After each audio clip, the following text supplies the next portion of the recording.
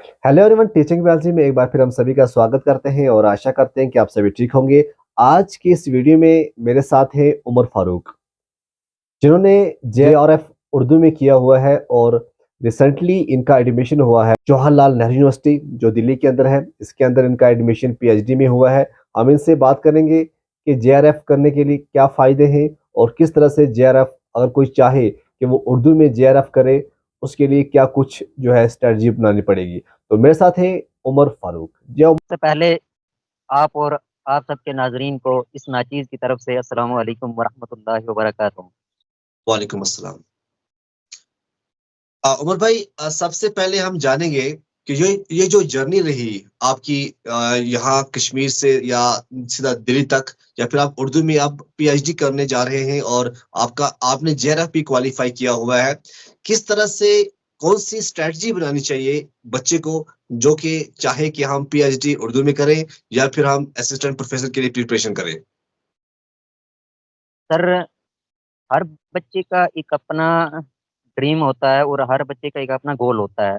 कोई लिटरेचर में जाना चाहता है, कोई होम साइंस लेता है, कोई तारीख पढ़ना चाहता है। तो ये हर बच्चे को अपने वीकनेस और अपनी स्ट्रेंथ के हवाले से हर मजमून अख्तियार करना पड़ता है। तो जहाँ तक मेरी ज़ात का ताल्लुक है, मैं काफ़ी मुझे शौक था, काफ़ी वरविला था उर्दू ज़बान पढ़ने का और उर्दू ज़बान में कुछ करने का। तो अल्हम्दुलिल्लाह मेरा जहाँ तक आपको आप इस बात से वाकिफ़ हैं कि मेरी जो इंटरमीडिएट की तालीम है वो गवर्नमेंट हायर सेकेंडरी स्कूल कंडी से हुई।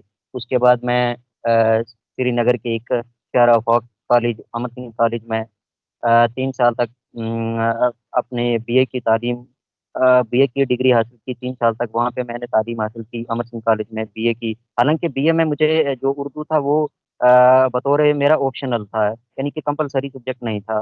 लेकिन चूँकि मेरा जो इंटरेस्ट था वो बढ़ता गया उर्दू में, तो मैंने साथ-साथ में ही अपने कंपल्सरी सब्जेक्ट्स के साथ उर्दू को पढ़ना, उर्दू को लिखना और उर्दू को समझना शुरू किया। तो उसके बाद यूँ ही 2020 में अमर सिंह कॉलेज से ही मेरी ग्रेजुएशन मुकम्मल हुई।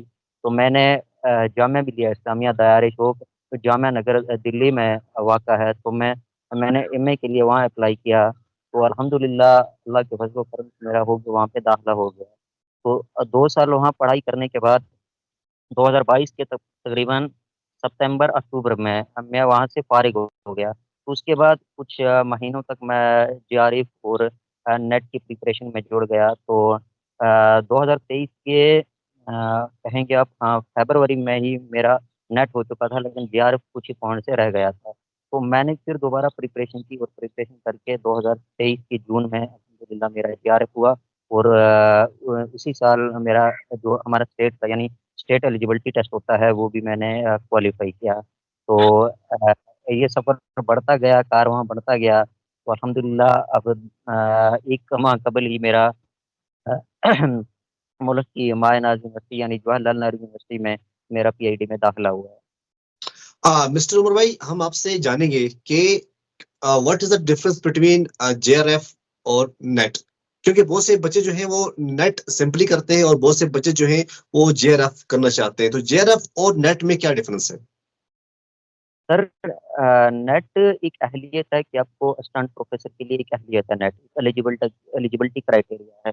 जो जेआरएफ है सर, जेआरएफ के लिए आपको गवर्नमेंट की तरफ से स्कॉलरशिप दी जाती है 5 साल के लिए, ताकि आप जो पीएचडी कर रहे हैं उसके जो अखराजात होते हैं वो गवर्नमेंट ही बेयर करती है। बस इतना यही जैसे मोटा-मोटा तौर आपने पर आप ये ले जैसे आपने यही जेआरएफ किया हुआ है और आपकी एडमिशन भी हो चुकी है, क्या आप बता सकते हैं कि कितना स्कॉलरशिप आपको गवर्नमेंट की तरफ से मिलेगा?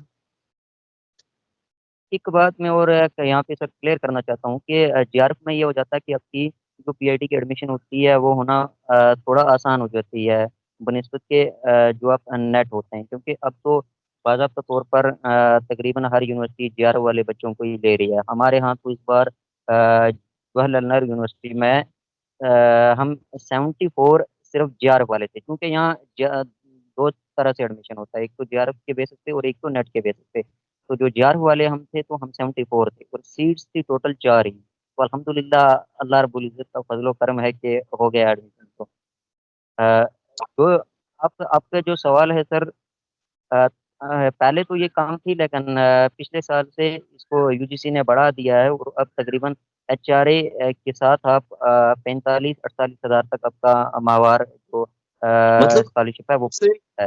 ایک طرف سے آپ کو پی ایچ ڈی ہو رہی ہے گورنمنٹ ٹاپ یونیورسٹیز کے اندر، دوسری طرف سے 40 سے 50 ہزار کے بیچ میں آپ کو منتھلی جو ہے وہ اسکالرشپ مل رہی ہے، یہ ہے بینیفٹ JRF کا۔ تو مجھے آپ بتائیے گا JRF جو ہے یہ کیا جو ٹاپ ہوتے ہیں ان کو لیا جاتا ہے، کتنے ہر سال کتنے بچوں کو جو ہے JRF کے لیے لیا جاتا ہے؟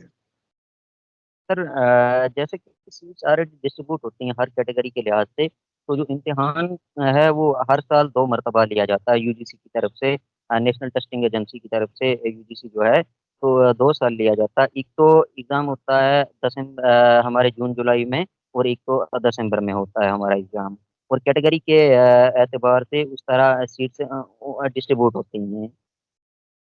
2% شاید جو جو ٹاپ 2% ہوتے ہیں شاید ان کو JRF دیا جاتا ہے، اور ایسا ہی کچھ کرائٹیریا اچھا 3% ہاں تو عمر ان کو بھائی ہم JRF آپ دیا سے جاتا کہیں گے کہ جو بچے اس ایگزام کو کریک کرنا چاہتے ہیں، کیا ان کے لیے کیا کچھ میسج رہے گی، کیا کچھ بکس جو ہیں یا پھر آپ YouTube channel, on line study material, کیا کچھ آپ ان کے لیے سجیسٹ کرنا چاہو گے؟ ہے۔ سر آپ ان سب طلبہ و طالبات سے یہ درخواست ہے کہ وہ سب سے پہلے نصاب کو سرکاری طور پر دیکھ لیں، کہ جو نصاب ہے، کیونکہ میں اردو کا طالب علم ہوں، تو میں سب سے پہلے اردو کی بات کروں گا۔ پیپر جو پرچہ دوم ہے اس کی بات نہیں کروں گا میں، پرچہ جو اول ہے اس کی بات نہیں کروں گا، پرچہ دوم کی بات کروں گا جو ہماری سبجیکٹ کا ہوتا ہے، یعنی اردو کا ہے۔ تو سر جہاں تک اردو زبان کا تعلق ہے، تو اس کا جو نصاب ہے سر 10 یونٹس پر، 10 ابواب پر مشتمل ہے۔ تو آپ کو سب سے پہلے ایک بات تو ذہن نشین کرنی پڑے گی کہ جو آپ کا نصاب ہے اس کو اچھی طرح ذہن نشین کر لینا چاہیے، کہ شاعری کا پورشن بھی ہے، نثر کا پورشن بھی ہے، اور شاعری میں بھی قصیدہ، ربائی، مرثیہ وغیرہ، اور ادھر آپ اگر نثر میں آ جائیں تو فکشن پورا ہے آپ کو ڈالا ہوا۔ اس کے علاوہ تنقید ہے، تاریخ ہے، اس کے علاوہ آپ اردو کی دیگر شعری نثری اصناف ہیں، مطلب جس طرح آپ شہر و شوب لے لو، ربائی لے لو، اس طرح کی مطلب بہت ایک براڈ سیلبس ہے۔ آپ کو سب سے پہلے ٹرکس کیا ہے؟ ٹرکس سیلبس اور نصاب جو ہے آپ کو اس کا ذہن نشین کرنا بہت لازمی ہے آپ کے لیے۔ تو میرے جہاں تک میں سجیسٹ کرنا چاہوں گا، تو تب بطور اردو کا طالب علم ہوتے ہوئے تو آپ کو جو نصاب ہے وہ ذہن نشین کر لینا چاہیے۔ اس کے بعد آپ کو نصاب ذہن نشین کرنے کے بعد ایک اتھینٹک بک کی طرف جانا چاہیے، کیونکہ ہم لوگوں کا جو المیہ ہے نا، وہ یہ ہے کہ ہم بکس کا ایک ڈم کھڑا کر دیتے ہیں۔ بالکل اس سے کیا کنفیوژن ہوتی ہے کہ ایک بک میں ہم ایک طرح سے پڑھتے ہیں، دوسری کتاب میں ہم دوسری طرح سے پڑھتے ہیں، تو وہ مان لو کہ ایک دماغ میں برین اسٹارمنگ چلتی ہے، جس سے انسان کی جو مقصد کی ڈسٹرب تکمیل ہو ہے، جاتا ہے۔ ہاں، وہاں تک انسان نہیں پہنچ جاتا، حصول مقصد نہیں ہوتا انسان کا۔ تو میں یہی عرض کروں گا ان سب لوگوں کے لیے جو اردو میں JRF یا نیٹ یا اپنا سیٹ، ہمارا اسٹیٹ ایلیجیبلٹی ٹیسٹ ہوتا ہے، وہ نکالنا چاہتے ہیں، تو وہ سب سے پہلے اچھی طرح نصاب کو ذہن نشین کر لیں۔ نصاب کو اس طرح ذہن نشین نہیں کرنا ہے کہ بس فون میں ہم دیکھتے رہیں یا گوگل پہ دیکھتے رہیں، نہیں، باضابطہ طور پر اس کی ہارڈ کاپی نکال کے اپنے جو اسٹڈی روم ہے وہاں پہ لگائی جائے، چپکائی جائے، تو تاکہ پورا نصاب آپ کو یاد ہو جائے۔ اس کا آپ کو ایک یہ بینیفٹ رہتا ہے کہ کچھ سوالات ہوتے ہیں جو کرونالوجیکل آرڈر میں پوچھے جاتے ہیں، تو کچھ سوالات ہوتے ہیں جو اس اعتبار سے پوچھے جاتے ہیں کہ آپ نے اگر نصاب ہی پورا ڈھنگ سے پڑھا ہوگا تو 5-6 سوالات تو اس طرح ہی آپ کو آ جاتے ہیں، یعنی کرونالوجیکل آرڈر ہوتا ہے یا دوسری کسی کوئی چیز ہوتی ہے، اس طرح کے سوالات ہوتے ہیں جو صرف نصاب پڑھنے سے ہی آتے ہیں، اگر صرف آپ نے نصاب ہی پڑھا ہوگا۔ فار ایگزامپل شعراء دیا ہوں گے تو وہ بتایا جائے گا کہ زمانی اعتبار سے ان کی ترتیب کیا ہے، تو اگر جس نے صحیح ڈھنگ سے پڑھا ہوگا تو وہ ظاہر سی بات ہے ولی، ویر، غالب، مومن وغیرہ سب میں تو کر پائے گا، ان کو دیکھ پائے گا کہ ان میں سے سب سے پہلے تاریخ ولادت کس کی ہے، تاریخ وفات کس کی ہے۔ تو اس اعتبار سے میرے خیال سے نصاب کا اچھی طرح سے نشید کرنا سب سے اہم اور سب سے ضروری نقطہ ہے۔ تو مجھے بتائیے آپ نے کون سی بک کو ذرا آپ ریکمینڈ کرو گے جو آپ کو لگا کہ ہاں اس بک میں بہت کچھ ہے جو کہ سیلیبس کے ریلیٹڈ ہے اور بہت سے کوشچن جو ہے وہ پوچھے جاتے ہیں؟ سر کیونکہ جو طلباء و طالبات اس کی تیاری میں جٹے ہیں، ان سے میں سب سے پہلے یہ عرض کروں گا کہ اگر آپ نے یہ اور ایم اے کے نصاب کو اچھی طرح پڑھا ہے پھر تو آپ جا سکتے ہیں کسی ایلوسیٹ کسی مطلب جو بالکل اتھینٹک مان لو کہ بالکل مختصر ہو آبجیکٹو ٹائپ بک ہوتی ہیں ان کی طرف آپ جا سکتے ہیں، لیکن اس کا اگر جو معیار ہے وہ اس حد کا نہیں ہے، بی اور ایم اے میں میری طرح کہلی کی ہے جس طرح میں نے کیا ہے، تو پھر تو آپ کو پڑھنا پڑے گا کیونکہ افسانے ہیں، داستانیں ہیں، اس کے علاوہ جو بھی مطلب یہ ہے کہ نثری پورشن ہے وہ آپ کو پڑھنا پڑے گا، ٹیکسٹ متن پڑھنا پڑے گا۔ یہ بات ہے کہ جیسے افسانہ ہے تو آپ کو افسانوی کہ وہ کتاب اٹھانی پڑے گی، وہ افسانہ آپ کو پڑھنا پڑے گا۔ تو اگر آپ بی اور ایم اے میں اچھی طرح پریپریشن آپ کی نہیں ہوئی ہے، بی اور ایم اے میں آپ نے اچھی طرح نہیں پڑھا ہے، اگر آپ نے بی اے میں پڑھا ہے کیونکہ نصاب وہی ہے جو بی اے اور ایم اے میں ہم پڑھتے ہیں، وہی نصاب ہے جو نصاب۔ جو ایم اے میں ہے، جو بی اے میں ہے، اسی کو اچھی طرح سے اگر پڑھا ہوگا تو اس کے لیے جے آر ایف ہو یا نیٹ ہو وہ ایزیلی جو ہے وہ کوالیفائی کر لے گا۔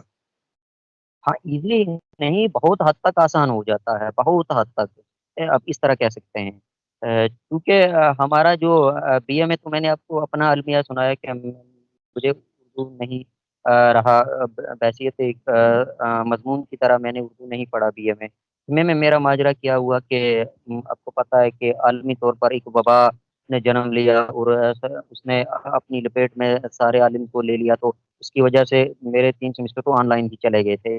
اب ایک سیمسٹر بچا ہوا تھا، وہ بھی مان لو کہ بندہ اس دور دراز علاقے سے دلی آئے اور موجیں وغیرہ بھی ہوتی ہیں، تو وہ سب مان لو کہ بی اے اور ایم اے میرا اسی طرح چلا گیا۔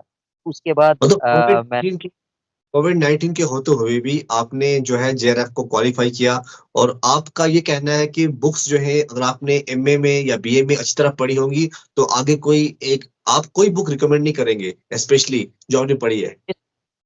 نہیں، جس طرح آپ آج مارکیٹ میں جو کتاب چل رہی ہے وہ جس کا لوگ جس سے زیادہ فیض بھی حاصل کر رہے ہیں وہ ضیاء اردو ہے، پھر اس کے بعد مینار اردو ہے، پھر اس کے بعد گلستان اردو ہے، اس طرح کی بہت کتابیں ہیں آبجیکٹو ٹائپ کتابیں جو، لیکن آبجیکٹو ٹائپ کتابوں کا یہ مسئلہ ہے نا کہ اگر آپ نے پڑھا ہوگا تو وہ ون لائنر چیزیں ہوتے ہیں، وہ آپ کے بالکل دماغ میں جو چھپائے ہوئے چیزیں ہوتی ہیں وہ ساری نکھار دیتے ہیں، ایک آپ کا پوائنٹ بلٹ پوائنٹ پڑھنے کے جس کو آپ بلٹ پوائنٹ کہیں گے، لیکن اپنے ابھی نصاب کو پڑھا ہی نہیں ہے، کسی نے افسانہ نہیں پڑھا ہے، کسی نے ناول نہیں پڑھے گا ہے، تو یہ معلوم ہی نہیں کہ افسانے کی اجزاء ترکیبی کیا ہیں، ناول کی اجزاء ترکیبی کیا ہیں، یا ناول کا آغاز و ارتقاء کیسے ہوا، داستان سب سے پہلی کون سی داستان ہے، میر امن دہلوی نے کون سی داستان لکھی، کب لکھی، کیوں لکھی، اس میں کیا چیزیں بیان کی ہیں، تو ون لائنر جو ہوتا ہے وہ جو بلٹ نوٹس ہوتے ہیں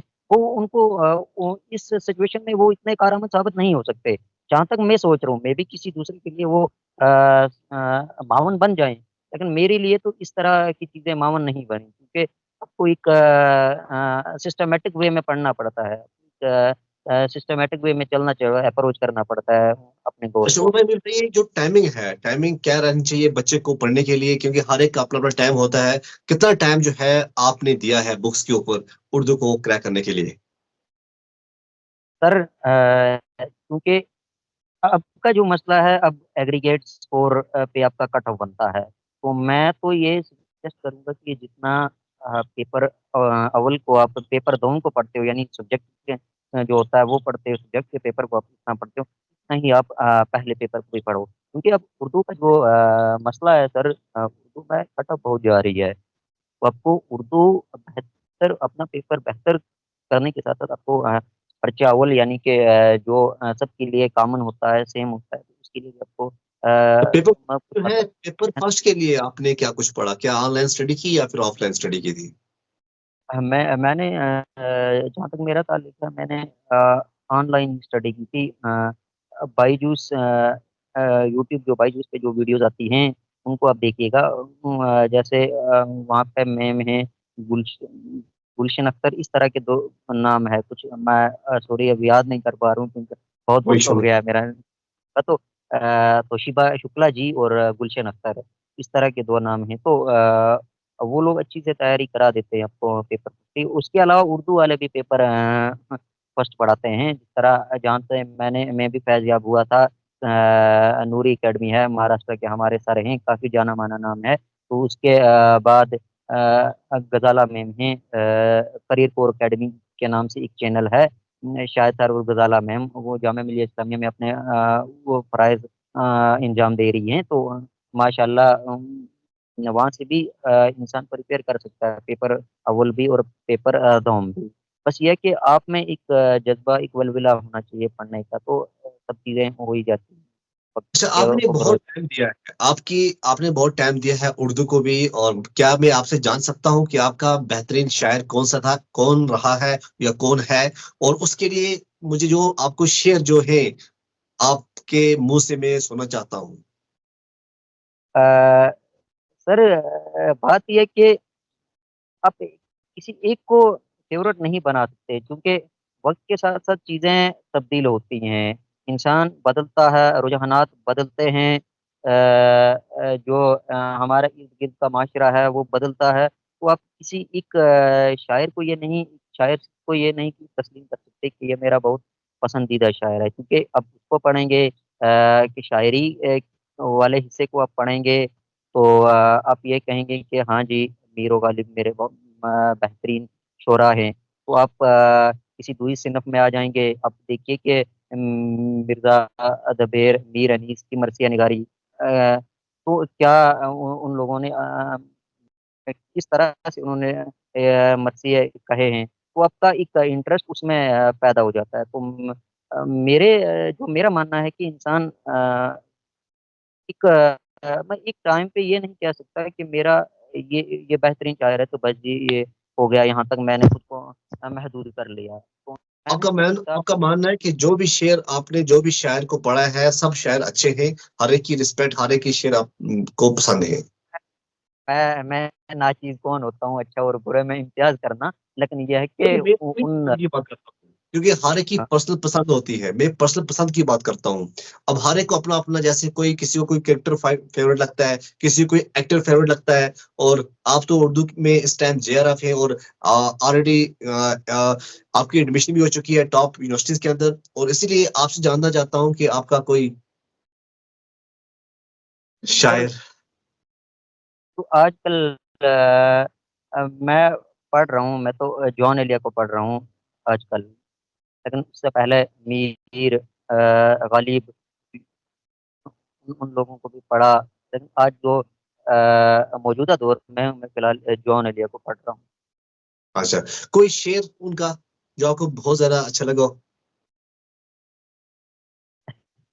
शेर तो सभी अच्छे होते हैं। अब मैं एक शेर पे कैसे किसी इंसान की तुलना कर सकता हूँ, मैं माफ़ी चाहता हूँ इस बारे में तो। नहीं, कोई भी एक शेर जो आपको लगा हो कि हाँ, एमए लेवल में जो आपको ज़्यादा पसंद आया हो या बीए लेवल में कोई पसंद आया हो? सर शेर तो सभी ही पसंद होते हैं। अब गालिब का उठा लीजिए, फ़लसफ़ा है, अब फ़लसफ़ा है, तसव्वुफ़ है, मतलब मुख्तलिफ़ तरह से उन्होंने शेर व शायरी की है। तो अब मेरे को नहीं लगता कि आप एक शेर के बिना पे ये कहोगे कि मेरा ये पसंदीदा शायर है, ऐसा मेरे को नहीं लगता। जो लोग शेर की बिना पे तुलना कर लेते हैं, तो मुझे नहीं लगता कि वो किस हिसाब से किन ज़ावियों को मद्देनज़र रखते हुए ये काम अंजाम देते हैं। हालाँकि मैं बता रहा हूँ आपको कि जो मेरा बीए था, जो मैं का उस दौरान मैं अमीर गालिब की शायरी को बहुत पढ़ता था, इकबाल को भी पढ़ा।